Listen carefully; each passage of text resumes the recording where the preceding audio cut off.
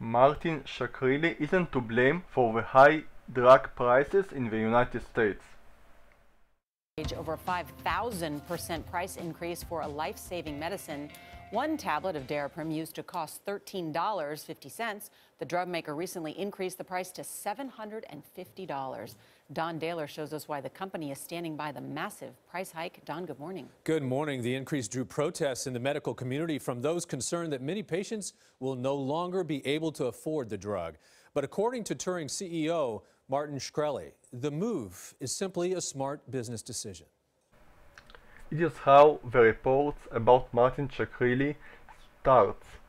Because he's so greedy, the patients will have to pay much more for the same drug. From my point of view, the people who really should be blamed for the drugs prices are the ones who blames the business people. Business people do the best they can inside the market forces, which they don't decide about them. Market forces are the rules and regulations decided by the politicians. Thomas Jefferson warned us against the control of a state in food and drugs business. If people let the government decide what food they eat and what medicine they take, their bodies will soon be in a as sorry as state are the soul of who live under tyranny. It is exactly that happen in our life, as Ron Paul claims in the next video about specific example of FDA, which is only one way of government involvement in our health care system. Writing their own regulations. So in that particular case, would the reasonable alternative be no FDA? I think so.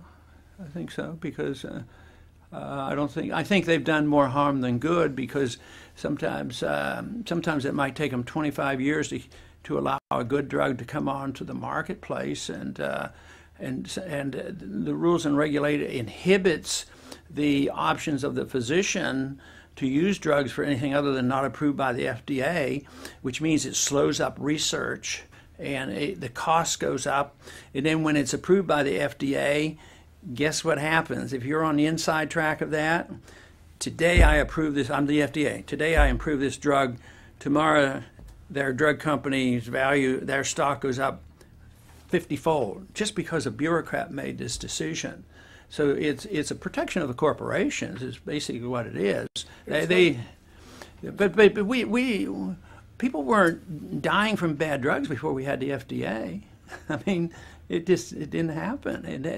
There'd be other agencies that would do this, and there'd be no reason to assume that all of a sudden the drug companies have it in their interest to give you a bad drug. Well, I'm not sure.